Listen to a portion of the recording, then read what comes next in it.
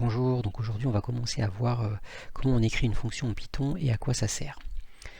Alors pour ça on va faire un petit exercice qui n'est pas très dur.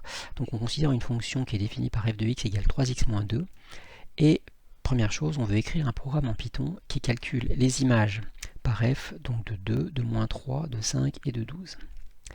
Alors je vous ai fait deux versions de ce même programme.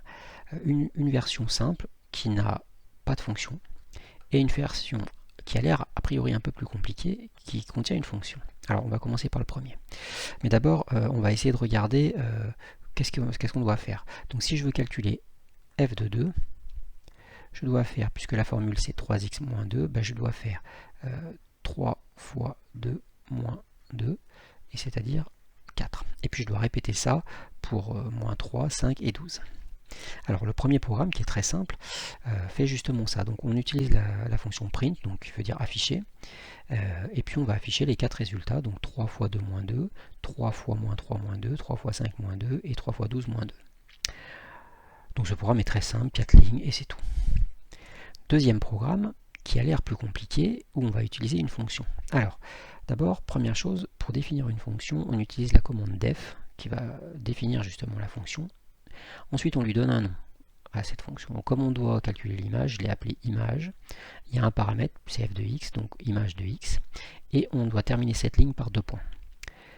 Donc, il nous faut une variable qui contienne l'image, justement, de ce x. Donc, cette variable, je l'appelle im. Et je dois faire im est égal à 3 fois x moins 2, avec le x qui était ici.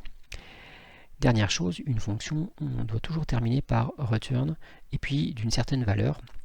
Ici, il n'y en a qu'une, donc c'est im, donc on écrit return im, et ça va nous donner comme valeur l'image, donc 3 fois x moins 2.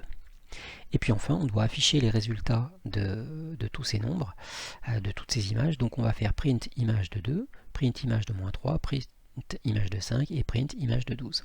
Voilà. Alors le deuxième a l'air plus compliqué, mais vous allez voir dès la question 2 qu'en fait, il sera beaucoup plus efficace.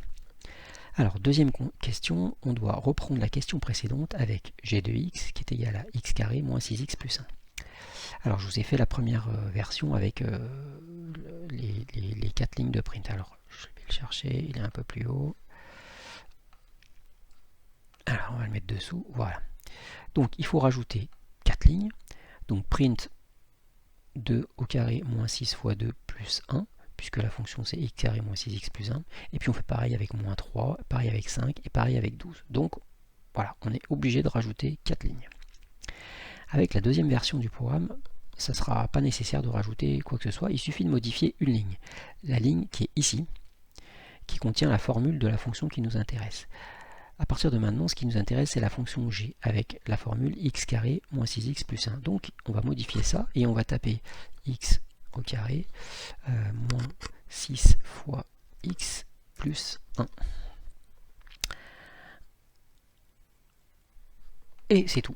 Voilà, automatiquement la fonction va être mise à jour. Alors il y a juste un détail, c'est que en Python, quand on écrit au carré, en fait ça ne s'écrit pas avec la puissance. En réalité, ça s'écrit avec 2 multipliés, c'est-à-dire qu'on écrit x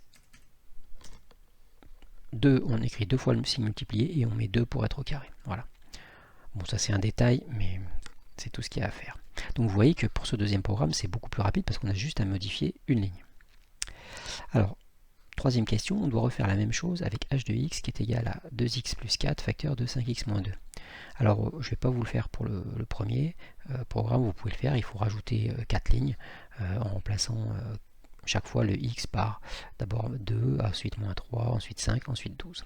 Donc on va le faire juste avec la deuxième. Donc il suffit de modifier la ligne qui contient la formule. Donc on va taper 2 fois x plus 4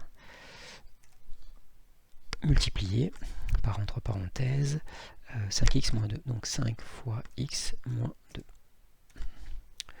Et c'est tout ce qu'on a à faire. Voilà.